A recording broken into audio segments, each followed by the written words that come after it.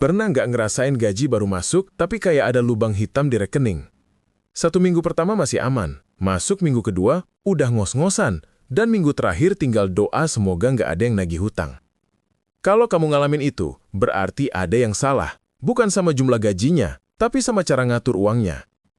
Karena percuma kerja keras, kalau uangmu nggak pernah bertumbuh, yang ada cuma muter di siklus capek, gajian, habis, ulang lagi.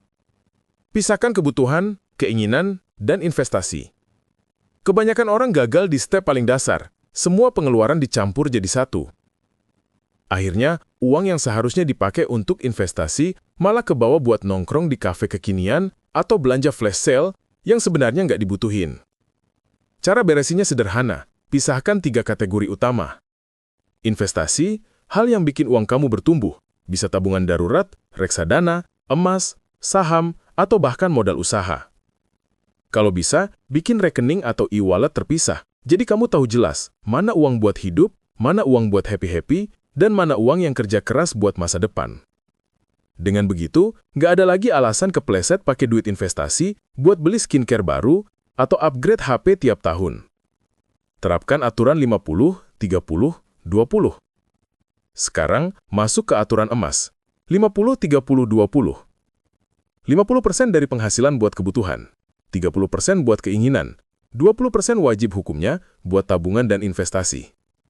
Contoh, gaji kamu 5 juta, 2,5 juta buat biaya hidup, 1,5 juta boleh buat jajan, hiburan, atau hobi. 1 juta langsung masuk tabungan dan investasi. Kalau lagi kondisi kepepet, jangan pernah geser dan investasi ke dana hiburan, potong bagian keinginan dulu. Karena jujur aja, lebih penting punya dana darurat ketimbang update outfit tiap bulan.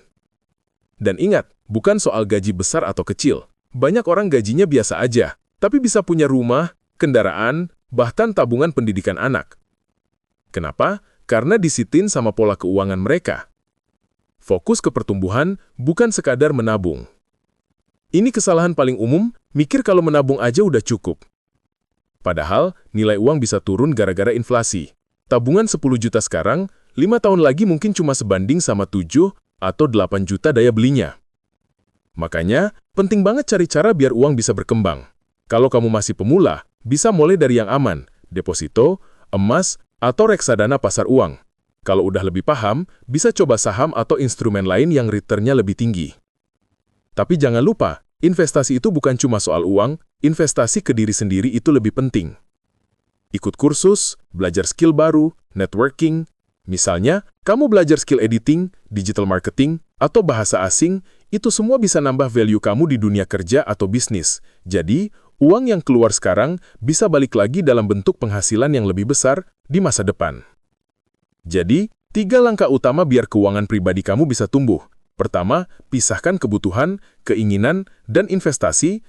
Kedua, pakai aturan 50, 30, 20, biar cash flow jelas. Dan ketiga, jangan berhenti di menabung. Pastikan uangmu benar-benar berkembang lewat investasi, baik keuangan maupun skill pribadi. Mulai kecil nggak apa-apa, yang penting konsisten. Karena pertumbuhan itu bukan soal cepat, tapi soal terus-menerus.